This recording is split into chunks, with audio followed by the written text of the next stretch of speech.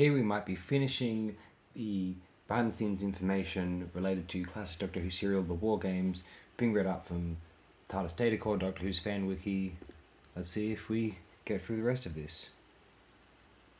A real First World War ambulance was used in the location scenes, and Jane Shuren remarked in the DVD commentary that she drove it herself. Michael John Harris' name is spelt as Michael John in Episode 1 and Michael Space John in Episode 10. Sonic screwdriver is actually used to perform the function of a regular screwdriver in this serial. Though the regeneration itself is arguably not shown, this is the longest regeneration story in the series, with a total runtime of 4 hours and 10 minutes across 10 episodes. Of the 3 Doctor Who stories to extend beyond 7 episodes, the Trial of a Time Lord is conventionally split up into 4 serials. This is the only one that was not directed by Douglas Camfield. Effectively, this is the only 10-part serial in the show's history, and is the only serial that exceeds 7 parts during the black and white era to not contain missing episodes. Once he had called for the regulars to hear an explosion and then dive down, Patrick Troughton wanted to know how big the explosion was and insisted on a demonstration, and a huge boulder landed right where they were to be standing. Troughton then said, "That's why I wanted to see what it was like." The First World War battleground was actually a rubbish dump in Brighton that had previously been used for Oh, What a Lovely War.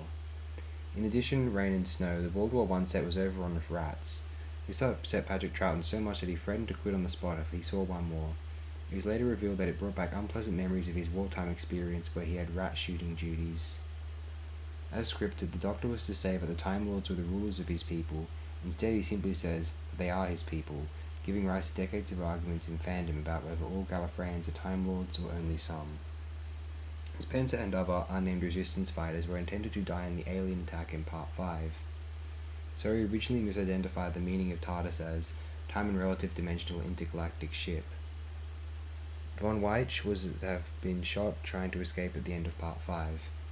Jennifer Buckingham was originally present when Jamie and the others were ambushed. By the time Part 6 was delivered, however, it had already been decided that Jennifer would not be included in the second half of the story. In Episode 7, Smythe's aide was initially a new character called Sergeant Wilkins. Only latterly was the decision made to bring back Sergeant Major Burns from the first installment.